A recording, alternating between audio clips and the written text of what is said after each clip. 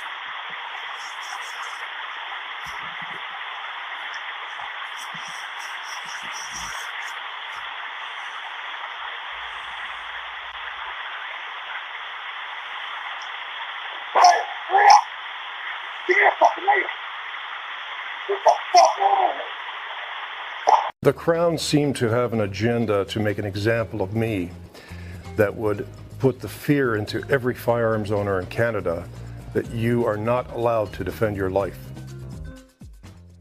Ian Thompson spoke to him last week on the program.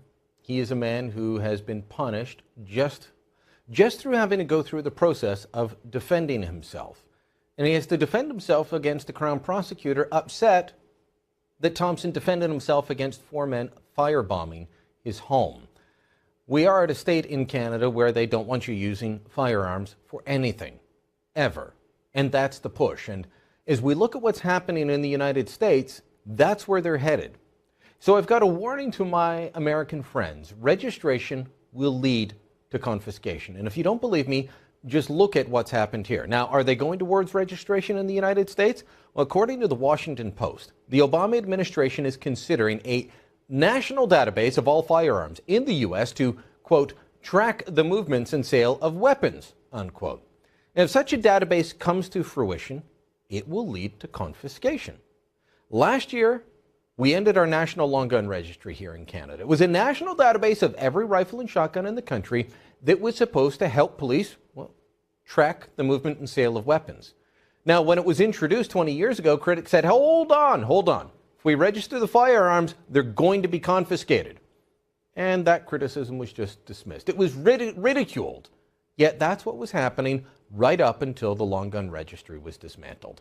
As recently as last winter, law-abiding gun owners who had complied with the registry were having their rifles confiscated. In late 2011, hundreds, if not thousands of people who had legally purchased the Army Jaeger AP-80, a .22 caliber variant of the AK-47, were informed that their rifles had been deemed illegal and must be surrendered.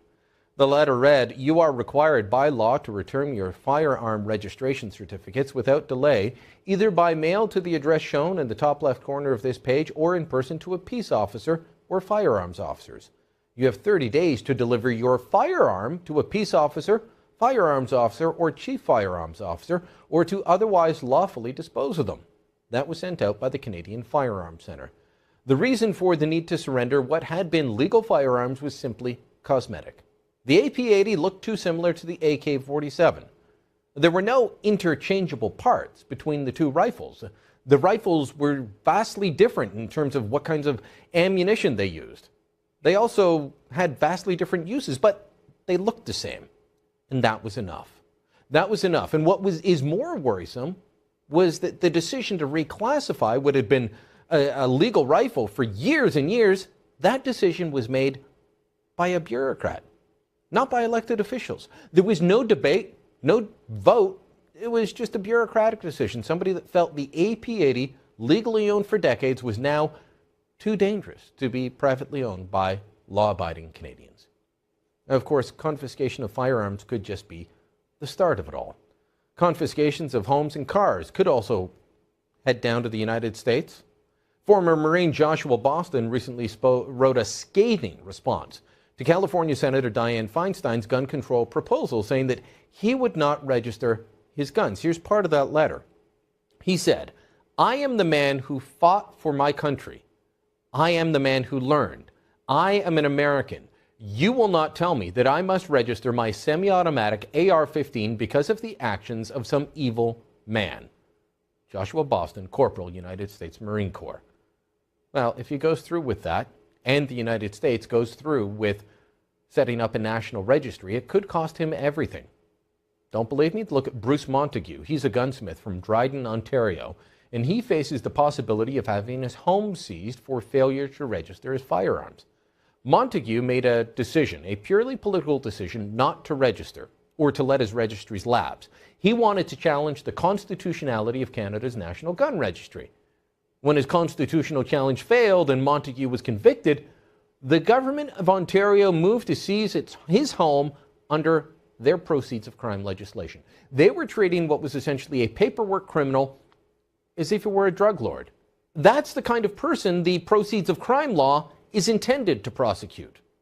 And if the United States follows Canada's lead in registering all guns, putting them into a national database, then confiscation of rifles and shotguns won't be far behind.